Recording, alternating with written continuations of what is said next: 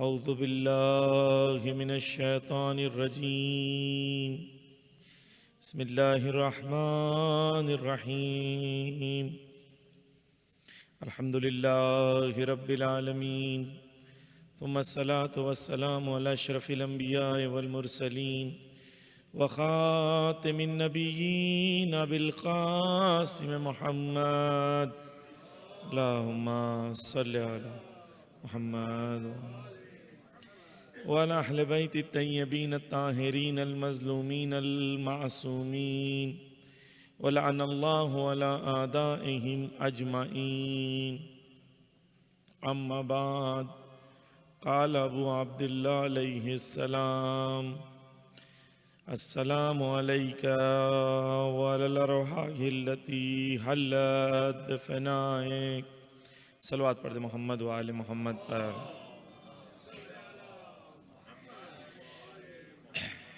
عزیزان گرامی، ہماری گفتگو زیارت عاشورہ کے حوالے سے ہو رہی ہے۔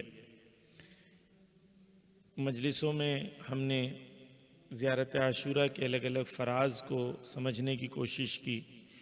پہلے ہم نے فلسفہ زیارت کو سمجھا، تاریخ کے کانٹیکسٹ میں زیارت کیوں ضروری تھی اس زمانے میں، بنی امیہ کیا چاہتے تھے، بنی عباس کیا چاہتے تھے، اور ان کے مقابلے میں فلسفہ زیارت اور فرہنگ زیارت کو زندہ کرنا کتنا ضروری تھا۔ پھر ہم نے اس بات کو بھی دیکھا کہ اہل بیت نے جیسے ہی زمانہ بدلتا رہا تو اہل بیت نے اپنی اسٹریٹجیز بدلی، مقصد ثابت رہا، اسٹریٹجیز بدلتی رہی۔ تو دعائیں ٹولز تھیں، زیارت ٹول تھا۔ اسی طریقے سے اہل بیت نے الگ الگ زمانے میں الگ الگ ٹولز کو استعمال کیا تاکہ وہ مقصد الہی تک پہنچ سکیں۔ تو اس پہ ہم نے گفتگو کی اور سمجھا کہ زیارت اس زمانے میں ضروری کیوں تھا، اور دشمن کیوں چاہتا تھا زیارت روکنے، اور اہل بیت کیوں چاہتے تھے زیارت کے کلچر کو ایجاد کیا جائے۔ پھر اس کے بعد ہم نے خواص کی گفتگو کی کہ خواص جو ہوتے ہیں، جو خاص لوگ ہوتے ہیں، ڈیسیجن میکنگ جن کے پاس ہوتی ہے، ان کی اہمیت کتنی ہوتی ہے ایک سماج میں۔ اور جابر بن عبداللہ انصاری ایک خواص تھے، اور انہوں نے کیسے، خواص کا مطلب وہ ہوتا ہے جو صحیح وقت پہ صحیح فیصلہ کرے۔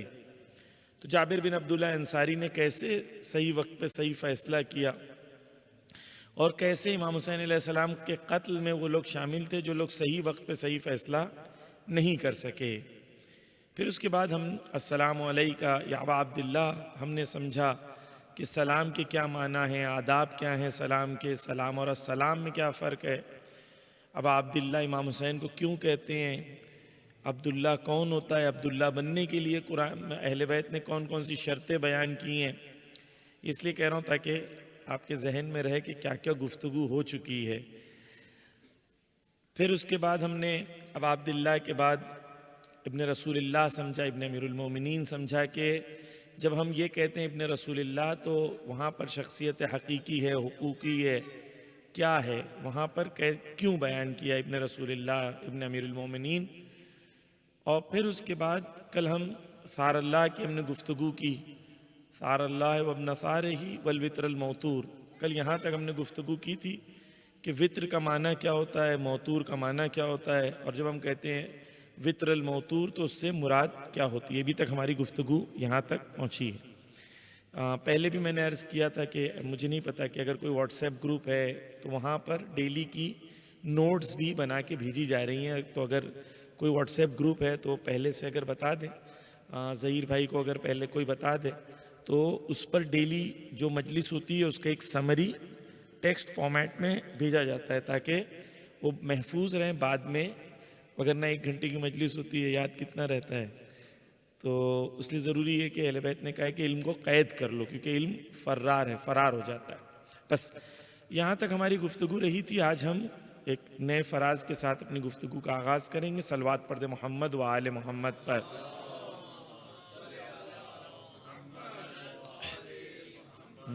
یہ بولنے کا ایک مقصد یہ بھی تھا کہ جو لوگ لیٹ جوائن کیا ہے جنہوں نے، وہ بھی ایک تھوڑی سیر کو حاصل کر لیں کہ ہم کہاں تک اس وقت پہنچے ہیں۔ عزیزان گرامی، اب زیارت میں ہم آگے جا کے کہتے ہیں السلام علیکہ وعلی الارواح التی حلت بفنائک۔ حلت بفنائک، اس کو آج ہم سمجھنے کی کوشش کریں گے۔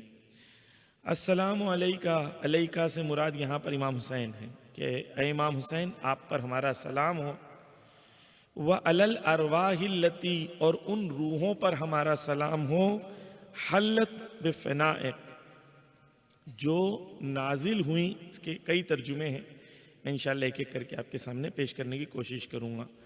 جو نازل ہوئی اس صحن میں یا اس صحنے میں یا اس رواق میں، معمولاً ترجمہ یہ کیا جاتا ہے کہ کربلا کے وہ جو ایریا ہے وہاں پر جو روحیں جو نازل ہوتی ہیں ان پر ہمارا سلام ہو۔ تو یہ گفتگو ہے کہ اس فراز سے کیا مطلب ہے اور ہم کیا سمجھ سکتے ہیں، اس کو ہم آج ڈسکس کریں گے۔ سب سے پہلی گفتگو اس بات پر ہے کہ یہاں پر روحوں پر سلام کیا گیا ہے، ارواح پر، ٹھیک ہے۔ انسان کی حقیقت روح ہے، جسم فانی ہے، کچھ سال کے لیے رہے گا اور کچھ سال کے بعد ختم ہو جائے گا۔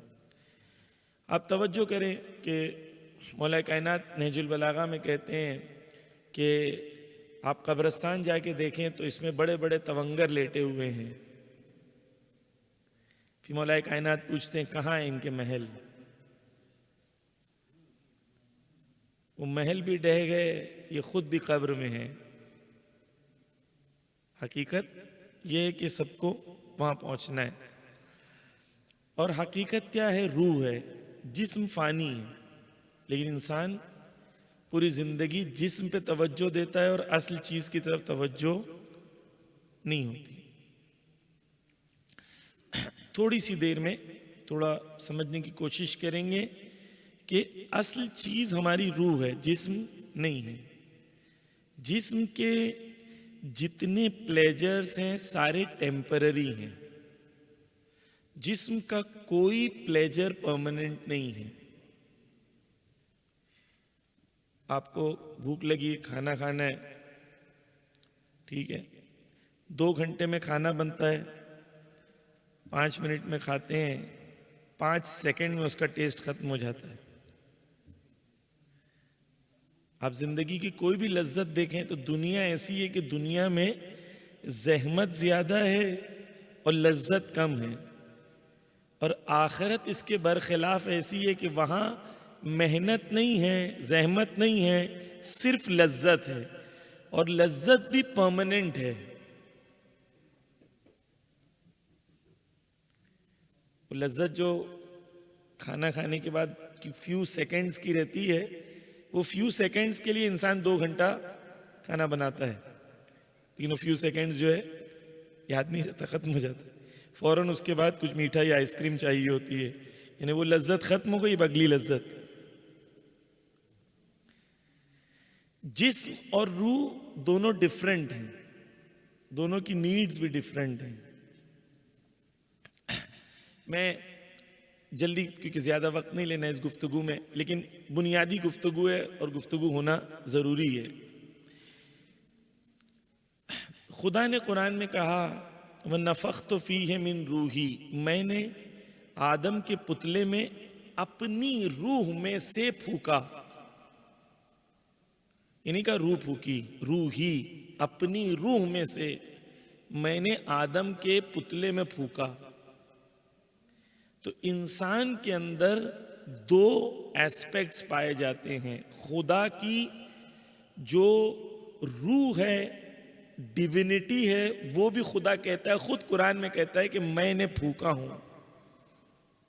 اس لیے آپ دیکھیں انسان کو تمام وہ صفتیں جو خدا کی ہیں، جب انسان کو آپ کہتے ہیں کہ آپ بہت رحیم ہو، کریم ہو، عظیم ہو، عالم ہو، بڑا اچھا لگتا ہے، چاہے ہو نہ ہو۔ لیکن آپ کسی کو کہ ماشاءاللہ بہت بڑے جاہل انسان ہیں، آپ بڑے کنجوس ہیں، آپ کی کنجوسی کی تو کیا بات ہے، اسے پسند۔ ہر صفت جو خدا کی ہے جب انسان کی طرف نسبت دی جاتی ہے تو انسان کو پسند ہے، کیونکہ اس کو خلق کیسے کیا گیا ہے۔ روح اصل ہے۔ بس اس روح کو جسم کے ساتھ ہے، اٹیچڈ ہے، تو انسان جسم کی طرف توجہ کرتے کرتے روح کی طرف توجہ کرنا بھول جاتا ہے۔ ایک مثال آیت اللہ مصباح یزدی دیتے ہیں، جسم اور روح کے اٹیچمنٹ کے بارے میں کہتے ہیں، اصل چیز روح ہے، لیکن روح بغیر جسم کے کچھ نہیں ہے۔ آپ میری طرف توجہ دیں، وہ اس کو اپنا کام کرنے دیں، آپ اپنا کام کریں۔ توجہ کریں کہ جسم اور روح ہے، ٹھیک ہے؟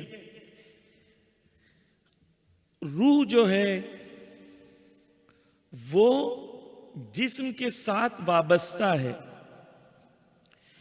آیت اللہ مصباح یزدی کہتے ہیں مثال کیسی ہے؟ مثال کہتے ہیں پین، پین میں انک بھی ہے، باڈی بھی ہے، انک بھی ہے، باڈی بھی ہے نا؟ اصل کیا ہے؟ انک ہے نا؟ لیکن انک کو آپ بغیر باڈی کے یوز نہیں کر سکتے۔ روح اصل ہے، لیکن روح محتاج ہے اس جسم کی، کہ اس جسم پہ سوار ہو کے کمال کو حاصل کرنا ہے۔ روح جسم کی محتاج ہے، بغیر جسم کے جس دن انسان کی موت ہو گئی، جسم ختم ہو گیا، اس دن اس کا چیپٹر بھی کلوز ہو گیا۔ جو کرنا تھا اس سے پہلے باقیات الصالحات تو اثر کرے گا، لیکن روح اصل ہے۔ ہماری مشکل عزیزان گرامی یہ ہے کہ ہم اس دنیا میں آتے ہیں تو وہ دنیا کے اندر مشغول ہو جاتے ہیں، اصل کی طرف توجہ ہٹ جاتی ہے۔ بس ایک چیز آپ کے سامنے عرض کر کے اگلی مرحلے پہ بات لے کے، روایتوں میں ہے کہ موت کو یاد کرو، موت انسان کے گناہوں کو مار دیتا ہے، گناہوں کی جو محبت ہے اس کو ختم کر دیتا ہے نا؟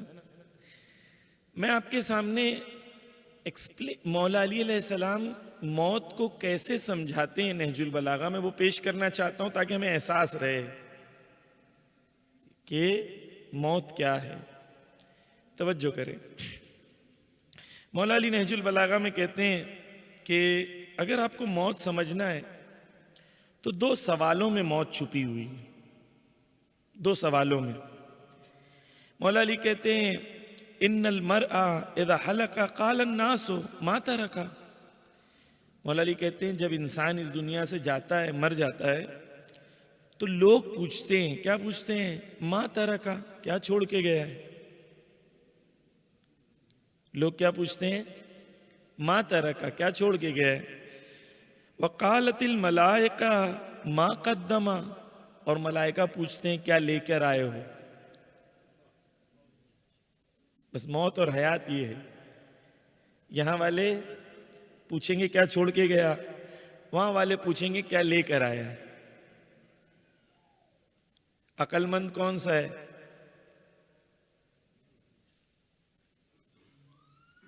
جو چھوڑ کے جائے یا لے کے جائے؟ اب توجہ کریں، ایک میں مثال دوں گا پھر واپس آؤں۔ مولا کائنات ایک جگہ فرماتے ہیں کہ جب وزن زیادہ ہوتا ہے تو وزن کو ڈیوائیڈ کر لو۔ مثال دیتے ہیں کہ مثال کے طور پر اگر آپ کے پاس 100 کلو وزن ہے اور وہ ایک ہول سے آپ کو گزارنا ہے جس ہول میں کیپیسٹی صرف 2 کلو کی ہے، اگر آپ 100 کلو لے کے گزرنا چاہو گے تو گزر پاؤ گے؟ نہیں گزر پاؤ گے۔ تو آپ کو کیا کرنا پڑے گا؟ آپ کو 50 لوگ ڈھونڈنے پڑیں گے جو 2-2 کلو لے کے اس سے گزریں۔ کہتے ہیں آخرت کے لیے جو سامان پہنچانا ہے وہ بھی ایسے ہی ہے، خود پورا لے کے نہیں پہنچ سکتے ہو۔ کسی یتیم کو دیکھو تو اس کو 2 کلو دے دو، یا علی، کسی ضرورت مند کو دیکھو، یتیم کو دیکھو، تو اس دنیا میں اس برڈن کو شیئر کر لو چھوٹے چھوٹے حصوں میں، تاکہ وہاں پر آپ کے پہنچنے سے پہلے پہنچ جائے۔ خود مولا کائنات کہتے ہیں پہنچا دو وہاں پر اس کے پہلے کہ تمہیں وہاں ضرورت پڑے۔ اب توجہ کریں، مولا کائنات موت کیسے آتی ہے اسے ایکسپلین کرتے ہیں، اور ضروری نہیں ہے کہ کچھ ایج کے بعد موت آئے، زندگی کا کوئی بھروسہ نہیں ہے۔ اب سنتے ہیں ینگ لڑکا تھا، ہارٹ اٹیک آیا، مر گیا۔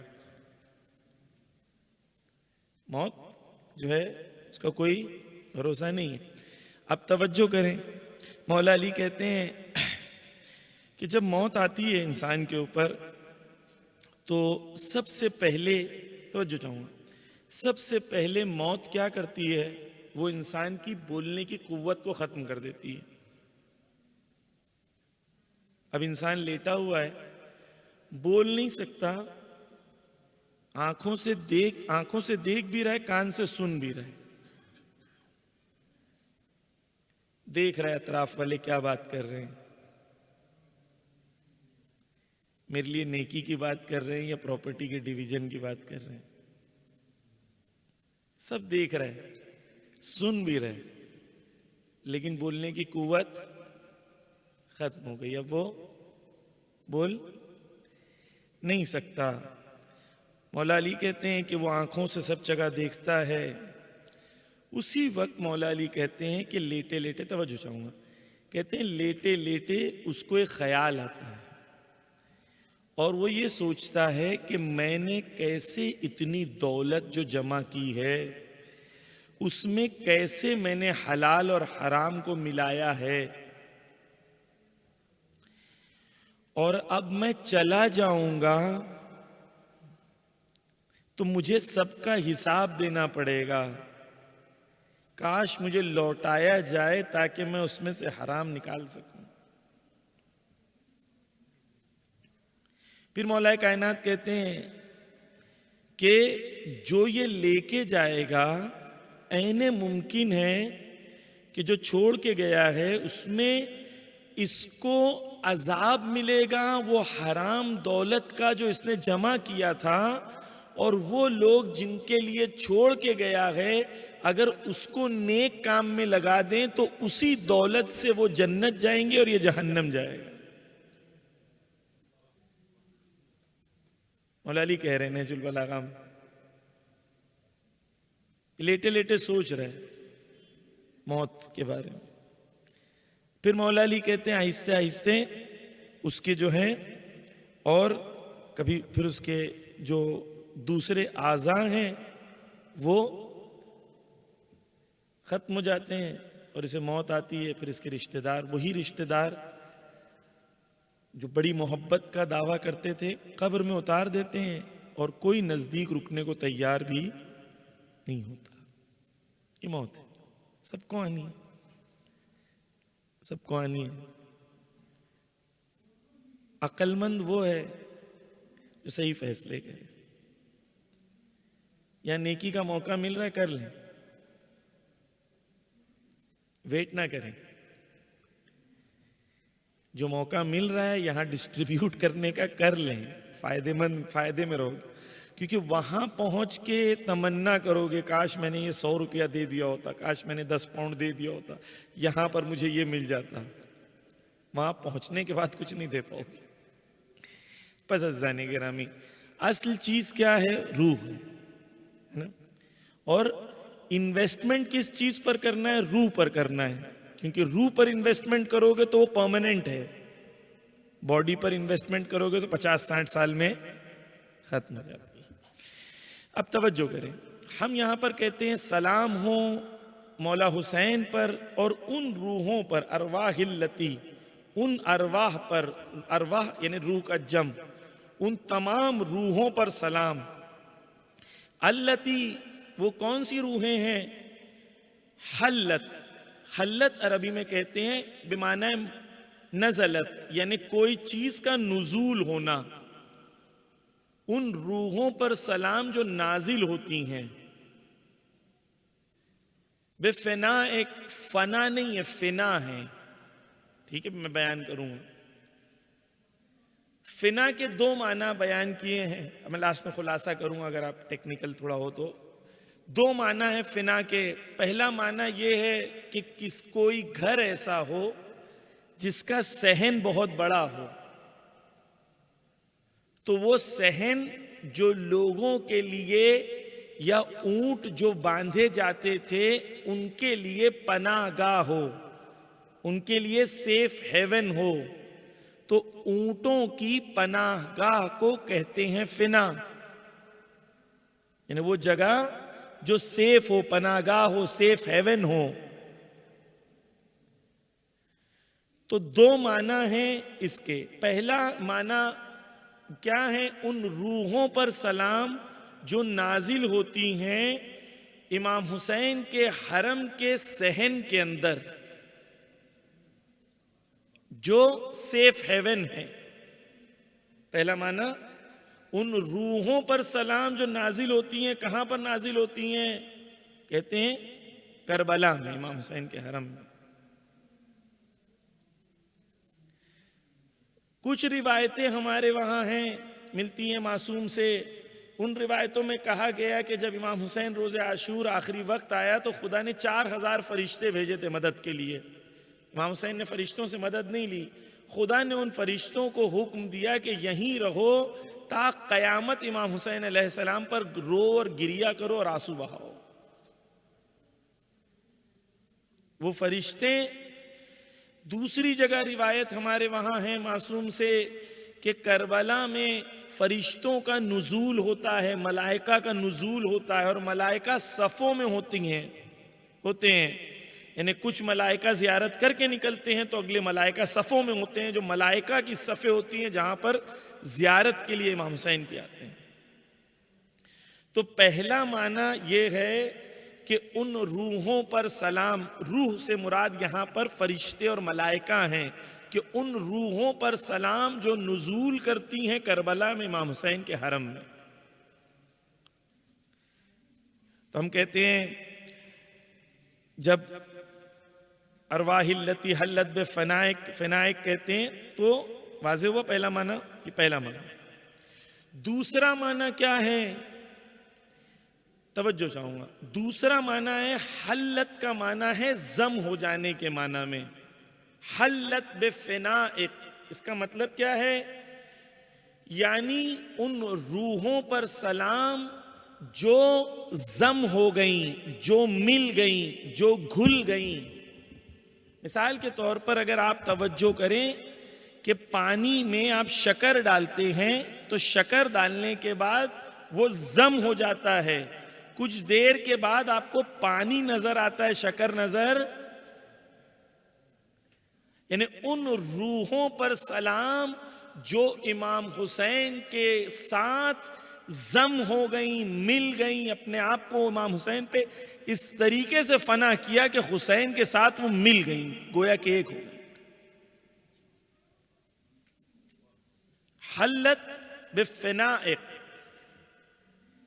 حلت کا معنی ابھی تک کیا، فنائک کا نہیں کیا. حلت یعنی ضم ہو گئیں. السلام علیکہ، پہلے ہم نے ان پر سلام کیا ہے نا، پھر ارواح پر سلام کیا. کون سی ارواح؟ جو حلت، جو ان کے ساتھ مل گئیں. دو چیزیں ہیں، ایک امام حسین کے ساتھ مل جانا، حسینیت کے ساتھ مل جانا، اور دوسرا کیا؟ دوسرا ہے کہ جو امام حسین کو اپنے لیے پناہ گاہ قرار دے.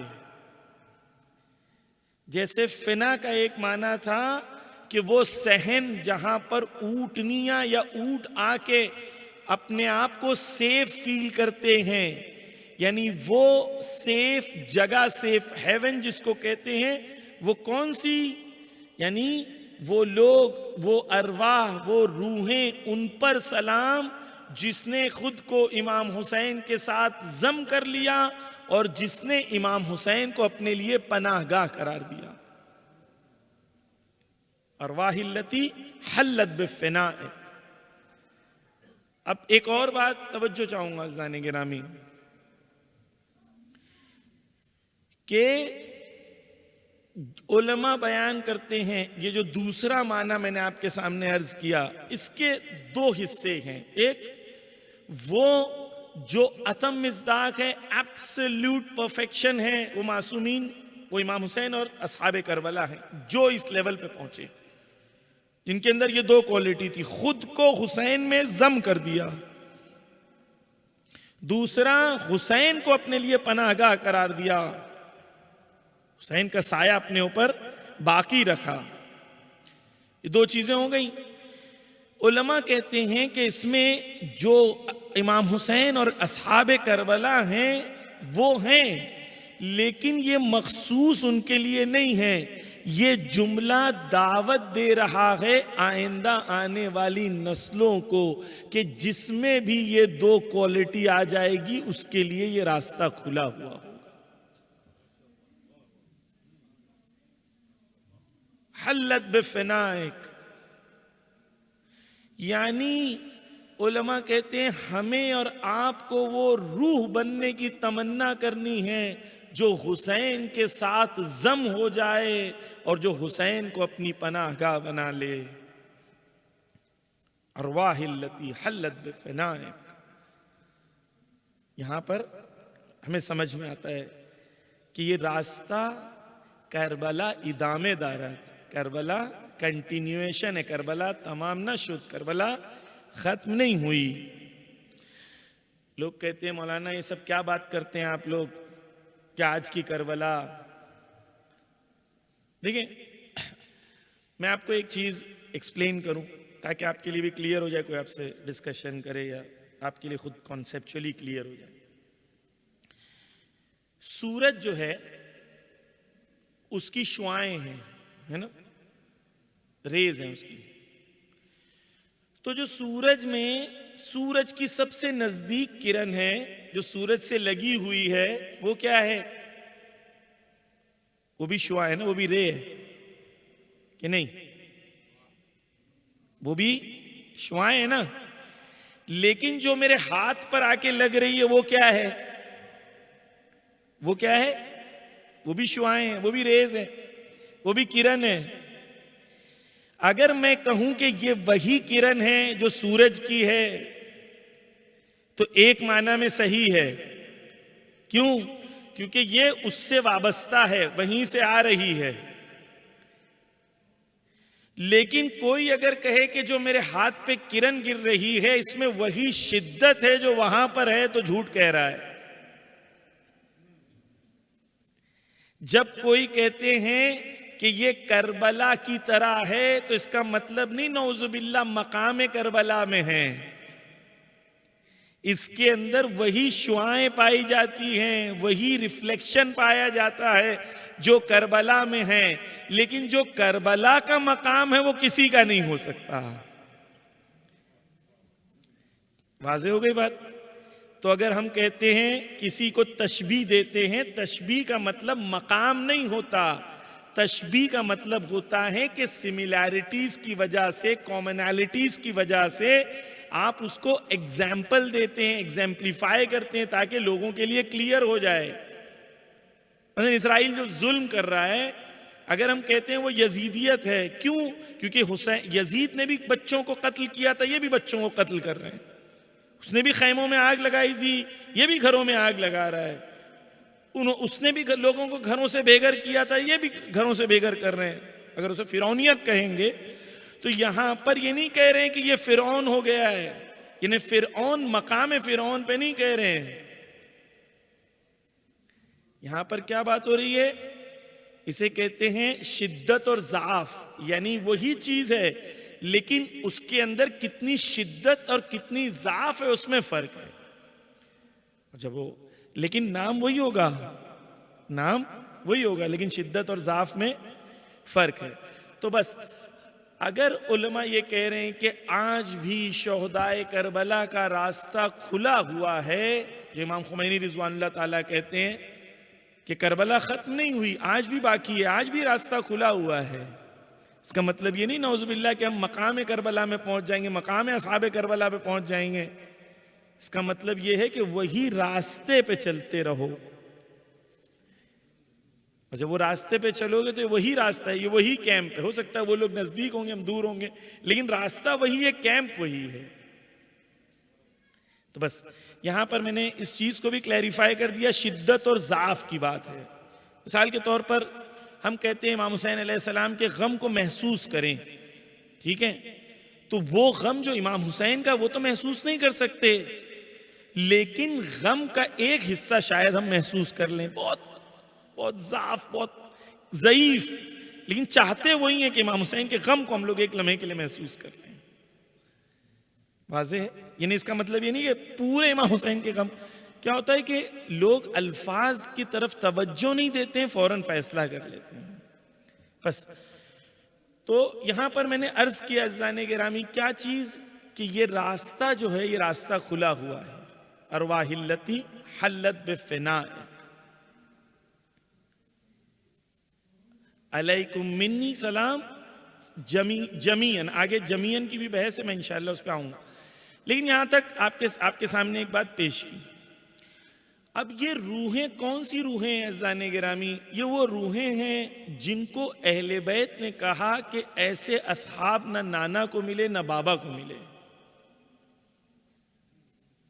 ایسے اصحاب نہ نانا کو ملے نہ بابا کو ملے۔ اور جو ہماری پہلے گفتگو ہو چکی ہے، کربلا کو رول ماڈل بنانے کی جو اہل بیت نے کوشش کی ہے، اس کا مقصد یہی ہے کہ وہاں 72 تھے، ہمیں 72 لاکھ ایسے بنانے ہوں گے، تب ظہور ہوگا۔ وہاں پر عاشق حسین جو جان دینے کو تیار تھے، آج الحمدللہ انہی کی محبت میں ہزاروں لاکھوں لوگ تیار ہیں حسین کی راہ میں قربانی دینے کے لیے، لیکن انسپریشن کہاں سے؟ وہی 72 سے ہے۔ وہ 72 نور ہے جس کا ریفلیکشن پوری دنیا میں ہمیں آج نظر آتا ہے۔ اب ہم آتے ہیں ان کی طرف، وہ جو شہدائے کربلا ہیں ان کی عظمت کی طرف، وہ روحوں کی طرف جن پر ہم نے سلام بھیجا ہے، اس سبمیشن کے ساتھ کہ یہ روحوں کا راستہ کھلا ہوا ہے، ہم میں سے جو بھی چاہے ہر چدار ہوس کرب ولا بسم اللہ، جس کو بھی ہے ہوس کرب ولا، جس کو یہ شوق کربلا، بسم اللہ، راستہ کھلا ہوا ہے۔ آج بھی حسینیت ہے، آج بھی یزیدیت ہے، آج بھی کربلا ہے، آج بھی نائب امام ہے، آج بھی نائب یزید ہے، آج بھی نائب حسین ہے۔ ہمارے پاس چوائس ہے کہ ہم آڈینس بنے یا میدان میں آئیں، سولجر بنے یا آڈینس بنے، یہ ہمارے پاس چوائس ہے۔ اگر مجھے ارواح التی بننا ہے تو مجھے سولجر بننا پڑے گا، وگرنہ میں ایک آڈینس بن کے رہ جاؤں گا۔ بس اس کے بعد ہم عزیزان گرامی امام حسین علیہ السلام، توجہ چاہوں گا، پہ قربانی جو دی گئی یہ کس زمانے میں دی گئی، اور یہ شہدائے کربلا کی عظمت کتنی عظیم ہے، یہ میں بیان کرنا چاہتا ہوں۔ توجہ، امام حسین علیہ السلام کے زمانے میں ایک حدیث ہے جو میں ہمیشہ پڑھتا ہوں، میں یہ حدیث آپ کے سامنے پڑھنا چاہتا ہوں تاکہ ہمارے لیے کلیئر ہو کہ امام حسین کے زمانے میں کیا حالات تھے اور ان شہدائے کربلا کی اس کانٹیکسٹ میں عظمت کتنی ہے۔ یہ حدیث ہے کہ کچھ لوگ امام حسین کے پاس آتے ہیں اور امام حسین علیہ السلام کے پاس آ کے کہتے ہیں کہ ایک گروہ رہتا ہے، گروپ رہتا ہے، وہ کہتا ہے کہ ہم لوگ آپ کے پاس آئے مولا، لیکن ہمارے کچھ دوست معاویہ کے پاس گئے تھے، اور جب وہ معاویہ کے پاس گئے تھے تو معاویہ نے انہیں بہت انعام دیا تھا۔ تو امام کہتے ہیں فقال اذن اجیزکم باکثر مما یجیزہم، امام کہتے ہیں کوئی بات نہیں ہے، معاویہ نے اگر انعام دیا تھا تو میں ان سے زیادہ انعام دوں گا۔ کربلا والوں کو کم سے کم اتنا یقین ہونا چاہیے کہ جتنا دشمن خدا دے سکتا ہے اس سے زیادہ حسین ابن علی دے سکتے ہیں۔ جب یہ یقین ہو جائے گا تو دشمن خدا کے آگے ہاتھ پھیلاتے ہوئے نظر نہیں آئیں گے۔ پھر وہ کہتے ہیں، وہ شیعہ رہتے ہیں، امام سے کہتے ہیں فقالوا جعلنا فداک انما جئنا مرتادین لدینک، وہ کہتے ہیں مولا ہم جو یہاں پر آئے ہیں اس لیے نہیں آئے کہ ہمیں کچھ چاہیے، ہم اس لیے آئے ہیں کیونکہ ہم آپ سے محبت کرتے ہیں، آپ کے دین سے محبت کرتے ہیں، اور یہاں پر ہم آپ کے پاس آئے ہیں آپ کے دین کی وجہ سے، بس ہم لوگ محبت کرتے ہیں آپ کے دین سے۔ یہاں پر امام کا ریاکشن بہت عجیب ہے۔ امام کی حدیث ہے جس میں کہتے ہیں قال فتعت راسه ونقط في الارض واطرق طويلا ثم رفع راسه۔ امام حدیث میں ہے کہ امام نے دونوں ہاتھوں کو، پنجوں کو ایسے زمین میں ڈال دیا، اور پنجوں کو زمین میں ڈالنے کے بعد امام نے اپنے سر کو جھکا لیا، اور سر کو جھکانے کے بعد کچھ دیر تک امام اسی پوزیشن پہ بیٹھے رہے، ایسے۔ امام سے اس نے کوئی غلط بات تو نہیں کہی تھی نا، لیکن امام تعجب میں دونوں ہاتھوں کو زمین میں رکھ کے سر جھکا کے ایسی بیٹھے رہے۔ فقال قصیرۃ من طویلہ، امام کہتے ہیں بہت بڑی بات ہے لیکن بہت کم الفاظوں میں تمہیں کہنا چاہتا ہوں۔ کیا؟ امام کہتے ہیں من احبنا، کوئی اگر ہم سے محبت کرے، لم یحبنا لقرابۃ بیننا و بینہ، اور اگر وہ ہم سے محبت اس لیے نہیں کر رہا ہے کیونکہ ہماری اس سے کوئی قرابت داری ہے، کوئی ہمارا ریلیشن ہے اس سے، وَلَا لِمَعْرُوفٍ أَسْدَيْنَاهُ إِلَيْهِ، اور ہم سے کوئی محبت اس وجہ سے بھی نہیں کر رہا ہے کیونکہ ہم انہیں کوئی تحفہ یا گفٹس دیتے ہیں یا عطا کرتے ہیں انہیں۔ کوئی ہم سے محبت یہ دو وجہ سے نہیں کر رہا ہے، کیا؟ پہلا ہماری کوئی قرابت داری ہو، دوسرا کہ ہم اسے کچھ دیتے ہیں، گفٹ دیتے ہیں، عطا کرتے ہیں۔ کہتے انما احبنا للہ و رسولہ فمن احبنا، کوئی اگر ہم سے ایسی محبت کرتا ہے۔ اب رزلٹ سنیں یہ پوری حدیث کا۔ امام علیہ السلام کہہ رہے ہیں کہ اگر کوئی مجھ سے محبت خالص کرتا ہے، پیور کرتا ہے، جس میں انکمنگ کی وجہ سے محبت نہیں ہے، جب آؤٹ گوئنگ دین کے لیے دینا ہو تب بھی میرا گلا حاضر ہو، اس مرحلے پہ کسی کی محبت ہے، قرابت داری کی وجہ سے نہیں کر رہا ہے، دین کی وجہ سے محبت کرتا ہے، اللہ کی وجہ سے، رسول کی وجہ سے، امام کی وجہ سے محبت کرتا ہے۔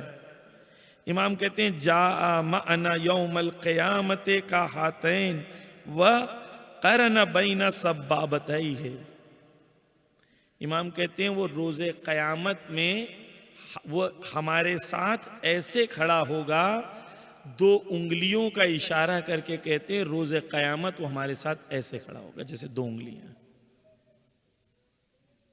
کن کے لیے؟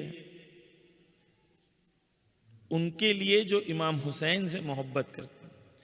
اب سوال یہ کہ امام حسین علیہ السلام نے کیوں اپنے ہاتھوں کو زمین میں ڈال دیا؟ کیونکہ لوگ آتے نہیں تھے ایسے جو امام سے آ کے کہیں کہ امام میں آپ کے لیے آیا ہوں، آپ کے دین کے لیے آیا ہوں، قربانی کے لیے آیا ہوں۔ جو آتے تھے کچھ اور وجہ سے آتے تھے۔ اب توجہ کیجیے عزیزان گرامی کہ میں آپ کے سامنے ایک واقعہ پیش کر دوں کہ جب امام حسین نکلے تھے مدینہ سے کوفہ، مدینہ سے مکہ گئے، اور مکہ سے امام حسین علیہ السلام جب نکلے تو الگ الگ فگرز ہیں، کچھ علماء نے 350 کہا ہے کہ 350 کے لوگ امام حسین کے ساتھ حج سے نکل گئے تھے۔ آج میں کتاب پڑھ رہا تھا اس میں 1000 کا فگر بھی لکھا تھا، لیکن ابھی 350 سے ہم اکتفا کرتے ہیں کہ 350 لوگ تقریباً امام کے ساتھ تھے۔ پھر ایک جگہ امام حسین علیہ السلام کو خط ملتا ہے، اس خط میں امام حسین علیہ السلام کو پتہ چلتا ہے کہ مسلم کوفہ میں مار دیے گئے۔ مسلم کوفہ میں مار دیے گئے۔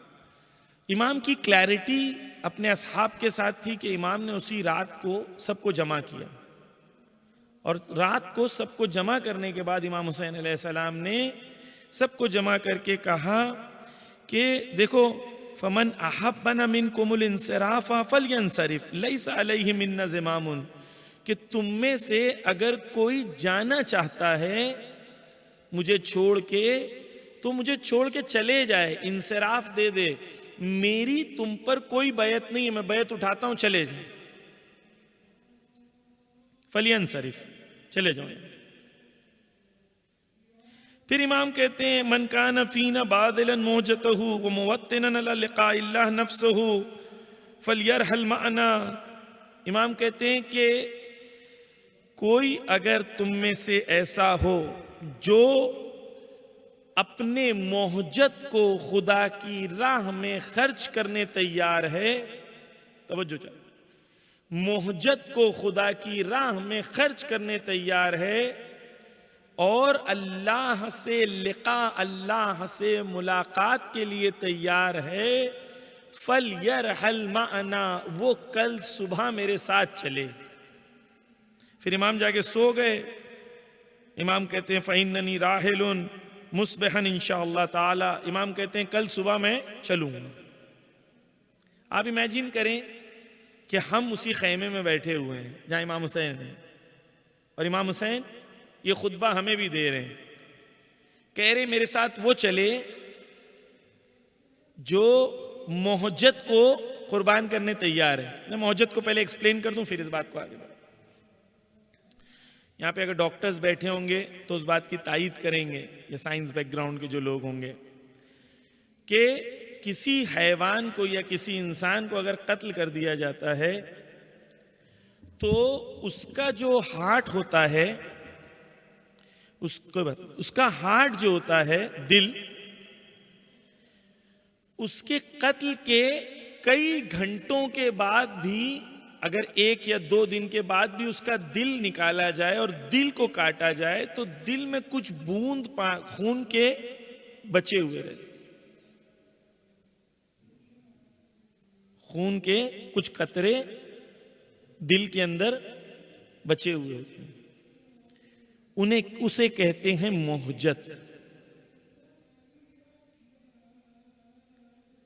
امام حسین کہہ رہے ہیں کہ جو میری راہ میں صرف جگر کا خون نہیں، مہجت دینے تیار ہو اور اللہ سے ملاقات کرنے تیار ہو، وہ میرے ساتھ چلے اور میں کل صبح چلوں گا۔ آپ امیجن کریں امام حسین نے ہم سب کو یہ کہا تھا کہ کل صبح میں چلوں گا، اور یہ خیمہ امام حسین ہے، اور امام حسین کہہ رہے ہیں کل جو یہ کیریکٹرسٹک رکھتا ہوگا وہ میرے ساتھ چلے اور میں کل صبح حرکت کروں گا۔ اور امام نے صبح آواز دی الرحیل الرحیل، چلو میں چل رہا ہوں، چلو میں چل رہا ہوں۔ اس خیمے میں جو 350 سوئے تھے، اس میں علماء کہتے ہیں 50 کے آس پاس صرف باہر نکلے، باقی سارے سوتے رہ گئے۔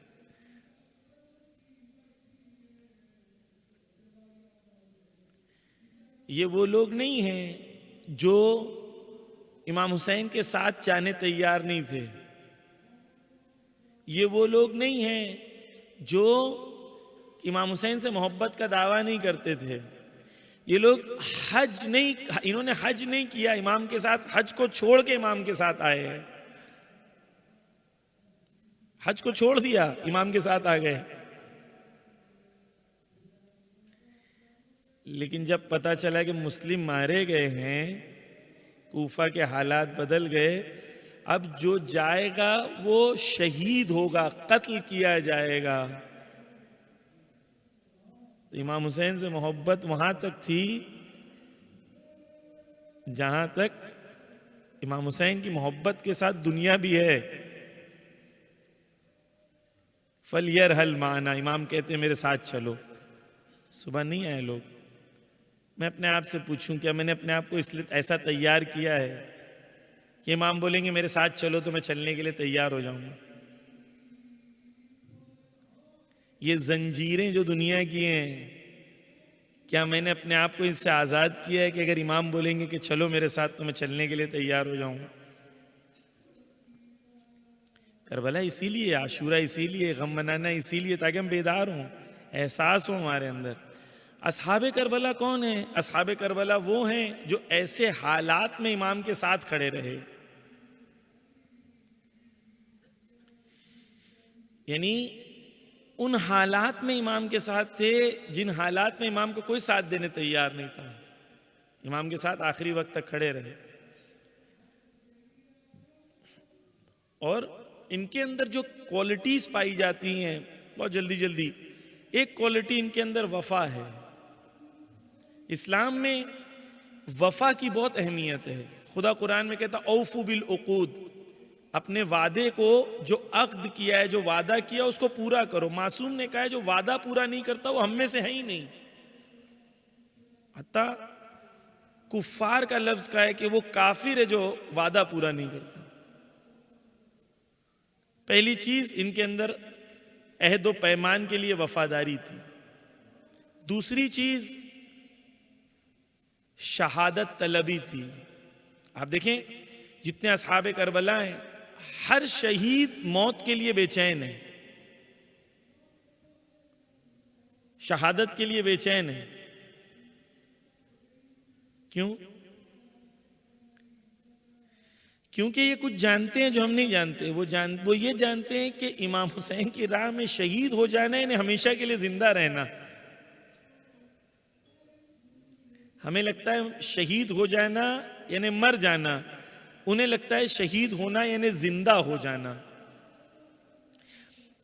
ایک ڈاکیومنٹری ہے الجزیرہ پہ جس میں لبنان کے کچھ شہید ہیں، ان کی ماں کی ڈاکیومنٹری ہے. دا وومن آف لبنان میں جو لوگ ہیں ان کی، وہ نام سے ڈاکیومنٹری ہے، دیکھ لینا. تو اس میں ایک ماں قبر پہ بیٹھی ہوئی ہے اور وہ ماں کہتی ہے کہ آپ کو لگتا ہے یہ مر گئے، آپ کو لگتا ہے مر گئے. وہ کہتی ہے حقیقت میں یہ زندہ ہیں، ہم مرے ہوئے ہیں. حقیقت میں یہ شہداء جو زندہ ہیں، ہم مرے ہوئے ہیں. یعنی عزیزان گرامی، یہ کربلا سے جب تک شہادت اور عشق شہادت ہمیں سمجھ میں نہیں. ایک صلوات پڑھ دیں محمد والے. ایک چیئر دے دیں آگا کے لیے، ادھر ہی آپ ادھر ہی بیٹھ جائیں، چیئر لے آئیں گے آپ کے لیے، آپ ادھر ہی بیٹھ جائیں. ایک صلوات پڑھ دیں محمد و آل محمد پر.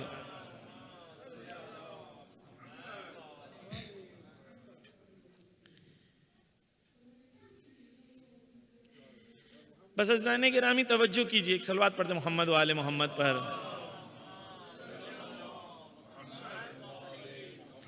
بس یہاں پر صرف یہ عرض کرنا چاہ رہا ہوں کہ موت خاتمہ نہیں ہے، شہادت جو ہے وہ اگلی دنیا تک پہنچنے کا بہترین راستہ ہے. ٹھیک ہے؟ تو یہ لوگ کیونکہ جانتے تھے، آنکھیں کھلی ہوئی تھی، نور تھے، اس لیے وصل ہو گئے، ضم ہو گئے امام حسین علیہ السلام کے ساتھ. ایک مثال دوں آپ کو زہیر ابن قین کی. میں نے روایتیں تھیں لیکن میں نے چھوڑ دی، وقت نہیں ہے. کہ زہیر ابن قین کون ہے؟ زہیر وہ ہیں جو کل تک عثمانی تھے. عثمانی ہونے کا مطلب یہ تھا کہ زہیر یہ مانتے تھے کہ مولا علی نے عثمان کا قتل کرایا ہے. کل تک یہ مانتے تھے کہ امام حسین کا قتل، مولا علی نے عثمان کا قتل کرایا ہے، لیکن اہل بیت کو مانتے تھے، احترام کرتے تھے.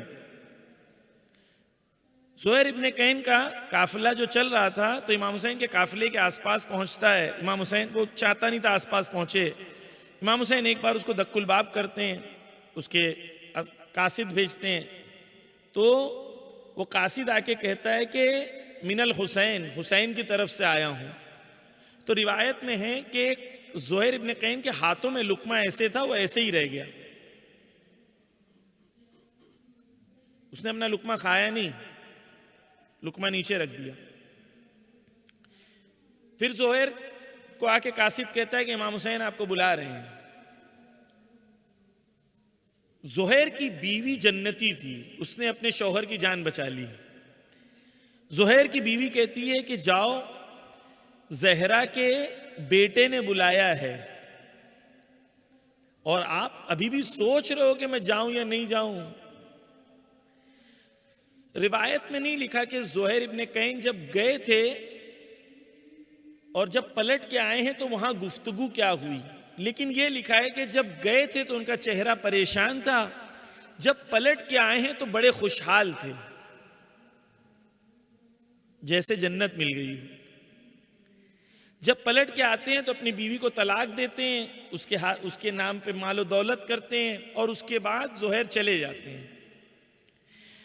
وہ زہیر جو کل تک شیعہ بھی نہیں تھا، وہ ایسے پلٹا کہ امام حسین علیہ السلام کے ونگ، رائٹ ونگ کا کمانڈر ہو گیا، اتنا پلٹا۔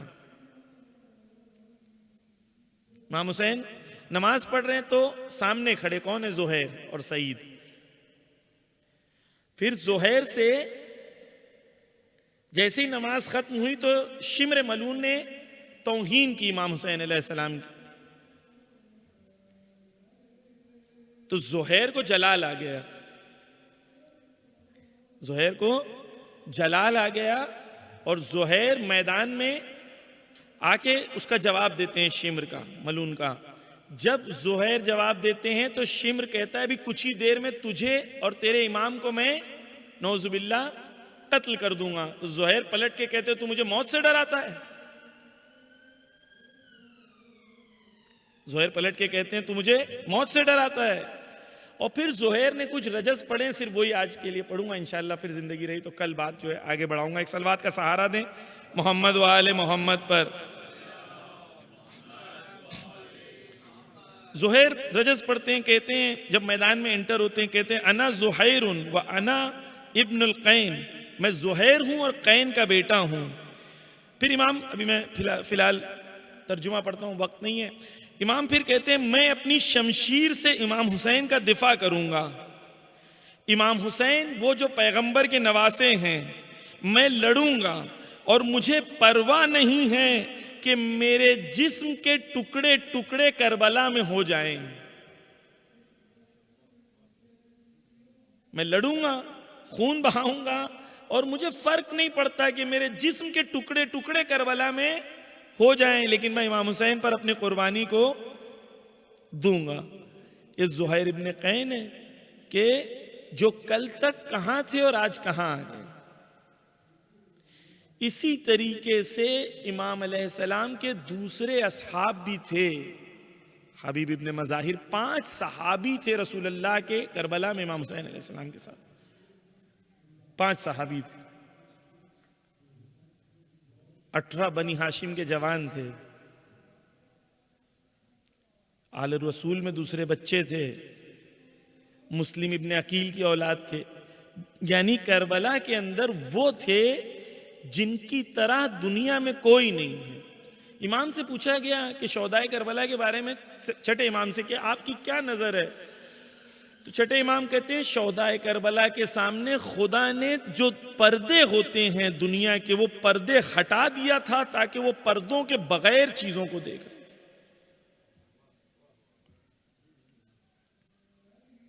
انہیں اپنے مقامات کو دیکھ رہے تھے، جنت کو دیکھ رہے تھے، انہیں اپنے مقام، یعنی ان کے آنکھوں کے سامنے پردے نہیں تھے۔ یہ شہدائے کربلا تھے، ارواح التی حلت بفنائے۔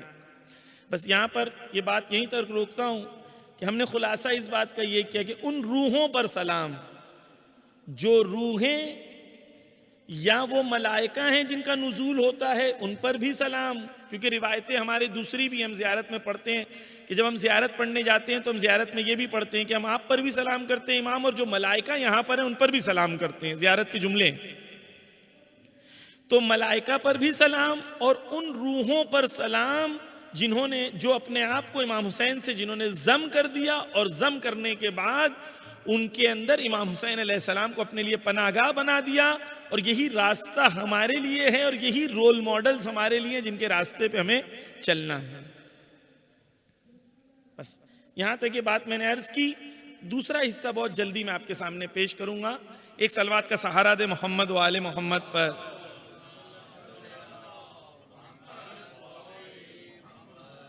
بار پھر صلوات پڑھ دے محمد و آل محمد پر۔ اس کے بعد ہم کہتے ہیں علیکم منی جمیعا سلام اللہ ابدا ما بقیت و بقی اللیل والنہار۔ جلدی جلدی اس کو میں سمیٹوں گا تاکہ اگلے مرحلے پہ کل انشاءاللہ گفتگو کو لے جائیں۔ اس کے بعد ہم کہتے ہیں کہ آپ پر یعنی آپ سب پر ہمارا سلام ہو ہماری طرف سے جمیعاً. جمیعاً دوبارہ یہاں پر اصرار کے لیے، تاکید کے لیے کہ ہم سب سے محبت کرتے ہیں، تمام ارواح سے، تمام شہدائے کربلا سے. جمیعاً یہاں پر ہم اصرار کرتے ہیں. سلام اللہ، اللہ کا سلام ہو آپ کو، آپ پر ابداً، ہمیشہ آپ پر سلام اللہ کا ہو.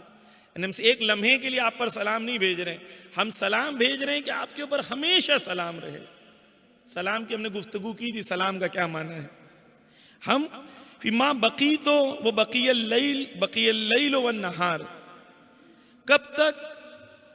جب تک لیل و نہار، رات اور دن باقی ہیں، تب تک جو ہے سلام آپ پر اللہ کی طرف سے ہم بھیجتے رہیں گے. جلدی جلدی آپ کے سامنے علماء کے اس فراز کے سلسلے میں جو نقطے بیان کرتے ہیں آپ کو بیان کرتے ہیں. پہلا، علماء کہتے ہیں یہاں پہ لیل و نہار جو ہے اس کا ایک معنی رات اور دن ہے، ایک معنی لیل و نہار کا ظلمت اور عدل و انصاف ہے. دوسرا معنی اس کا یہ ہے کہ جب میں کہتا ہوں کہ ہمیشہ کے لیے سلام، یعنی میں ساتھ میں یہ بھی کہتا ہوں کہ میں ہمیشہ کے لیے آپ کا غلام ہوں. میں نے پارٹ ٹائم امام حسین اور حسینیت جوائن نہیں کیا ہے. میں لیل و نہار کوئی بھی وقت مجھے دیکھو گے تو امام حسین کے ساتھیوں کی طرح مجھے پاؤ. ہمیشہ کے لیے میں نے امام حسین کا راستہ ٹیمپرری چوز نہیں کیا ہے، 8 دن کے لیے 10 دن کے لیے چوز نہیں کیا ہے. جب میں سلام بھیج رہا ہوں تو اس عہد کے ساتھ بھیج رہا ہوں کہ I want to join your party, I want to join your camp, I want to be part of your camp, I don't want to stay outside the camp. مجھے کیمپ کے اندر رہنا ہے. یعنی اور کیسے، رات ہو یا دن ہو، میرے اعمال امام حسین دیکھو گے تو ہمیشہ ویسے ہی پاؤ گے جو آپ کو ناراض نہ کریں. لیل و نہار، اور سلام بھیجنا ہے جمیعاً سب پر، ابداً ہمیشہ کے لیے. علماء یہ بات بھی کہتے ہیں، بزرگ علماء یہ بات بھی کہتے ہیں کہ جب یہ سلام بھیجتے ہو تو یہ سلام اس ہر شہید کے لیے بھی ہے جس شہید نے اپنے آپ کو حسین پر قربان کر دیا.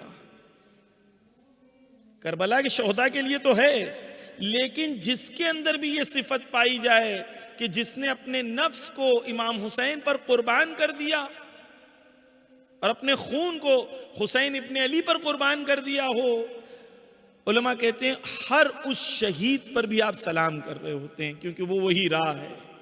دوبارہ میں اس بات کو واضح کر دوں، مرتبے پہ کوئی یہ نہیں کہ دونوں ایکول ہے، نعوذ باللہ نہیں، لیکن حسین اور اصحاب حسین کے صدقے میں وہ یہ عطا کرتے ہیں. میں نے آپ کو عرض کیا تھا انشاءاللہ بھی زندگی رہی تو کل اس بات پر بات ہوگی. عزیزان گرامی، پس یہ جو لیل و نہار کی گفتگو ہے، ابداً سلام کرنے کی گفتگو ہے، یہ پیغام دیتی ہے کہ کانسٹنٹلی ہم جو ہیں وہ اہل بیت کے ہیں. لیل و چاہے نہار ہو، ہمیشہ ہم امام حسین کے ساتھی اور مددگار ہیں. ارباب ازا، کربلا میں جتنے شہداء تھے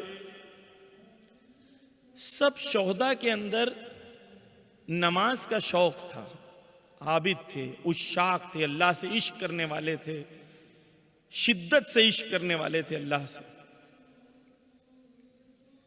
لیکن صبح عاشور کو امام حسین نے ایک ایسے کا انتخاب کیا کہ بیٹا تو اذان دے جو رفتار میں اور گفتار میں اور کردار میں رسول کا ثانی تھا، شبیہ تھا رسول کا. امام حسین کو جب بھی رسول کی زیارت کرنی ہوتی تھی تو علی اکبر کو بلا لیا کرتے تھے. اب سوچے جو امام حسین علیہ السلام اتنی محبت کرتے تھے، امام حسین علیہ السلام جو اتنی محبت کرتے تھے رسول اللہ سے، ارباب عذاب جانتے ہیں کہ جب امام حسین کربلا سے نکل رہے تھے تو اس رات کو کئی بار امام حسین رسول اللہ کی زیارت کرنے گئے. یعنی ایک بار زیارت کر کے پلٹ کے آتے تھے تو دل نہیں بھرتا تھا، پھر جاتے تھے زیارت کرنے کے لیے. ایسے مدینے کو چھوڑا ہے. اب جب رسول سے اتنی محبت کرتے تھے تو بار بار علی اکبر کو دیکھتے ہوں گے بس علی اکبر نے اذان دی، ارباب ازا بس کربلا شروع ہو گئی اذان علی اکبر سے. بس علی اکبر نے اذان دی، وقت گزرتا رہا. وہ منزل بھی آئی کہ علی اکبر نے کہا بابا اجازت دیجئے جنگ کی. حسین نے ایک لمحے کے لیے علی اکبر کو نہیں روکا، کہا تقدم ولدی، آگے بڑھو بیٹا. اب حسین اپنی مادر کے پاس آتے ہیں، کہتے ہیں امی جان اجازت ملے گی جنگ کی؟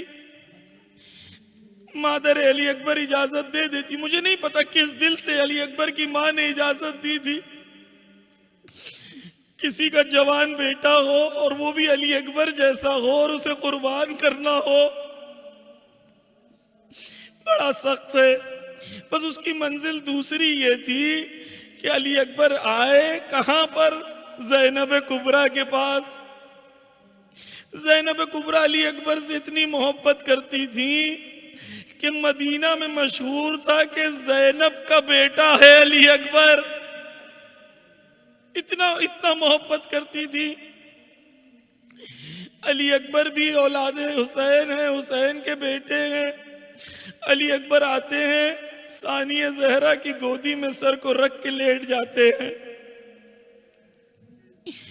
بی بی کو دیکھتے ہیں، بی بی سے ایک سوال کرتے ہیں، کہتے ہیں بی بی بتائیں آپ افضل ہو یا فاطمہ زہرا؟ ثانیہ زہرا کرتی ہیں یہ کیا سوال ہے بیٹا؟ ارے وہ سیدۃ النساء العالمین ہے. تو کہتے ہیں علی اکبر کیا آپ اپنے بیٹے کو سیدۃ النساء العالمین کے بیٹے پر قربان کرنے تیار ہو؟ انداز دیکھیں اذن مانگنے کا. زینب کبریٰ راضی ہو جاتی ہے. وہ منزل آتی ہے ارباب ازا کہ سب سے اذن لے لیا. اب راوی لکھتا ہے کہ میں دور سے دیکھ رہا تھا کہ جب بھی کوئی بنی ہاشم کا شہید آتا تھا تو پردہ اٹھتا تھا، شہید آ جاتا تھا. لیکن میں یہ کیا دیکھ رہا ہوں، پردہ اٹھتا ہے پھر گر جاتا ہے، پھر اٹھتا ہے پھر گر جاتا ہے. میں کہوں گا اے ظالم تجھے کیا پتا کیا کوہرام بپا ہے. علی اکبر نکلنا چاہتے ہیں، کبھی مادر علی اکبر گلے سے لگا لیتی ہے، کبھی زینب کبریٰ، کبھی بہنیں. علی اکبر وہاں سے ایسے نکلے جیسے گھر سے جواں کا جنازہ نکلتا ہے. ارباب ازا علی اکبر آئے مولا حسین کے پاس آخری سلام کے لیے. جب آخری سلام کے لیے پہنچے ہیں تو خود علی اکبر جب سوار ہوئے تو حسین نے معنی خیز نظر سے دیکھا اور کہا بیٹا جا رہے ہو نا تو پلٹ کے دیکھتے رہنا اور آہستے آہستے جانا، محلن محلہ. یا بنیا آہستے آہستے جانا. کہتے بابا آپ نے تو اجازت دے دی تھی نا. ارے علی اکبر اگر تمہارا بھی بیٹا جوان ہوتا تو تمہیں پتا چلتا کہ جوان کی محبت کیا ہوتی ہے. ارباب ازا آپ جانتے ہیں علی اکبر جب جنگ کے لیے گئے ہیں اور علی اکبر نے آخری صدا دی ہے تو حسین کی یہ حال ہے، حسین کا اس وقت یہ حال ہے کہ حسین آواز دے رہے تھے علی علی. یعنی حسین کو اس وقت کچھ دکھائی نہیں دے رہا تھا. ارے بتاؤ علی کہاں پر ہو؟ آخر صدائے علی اکبر سنی. ارے پہنچے علی اکبر کے پاس تو کیا دیکھا کہ گرم زمین ہے،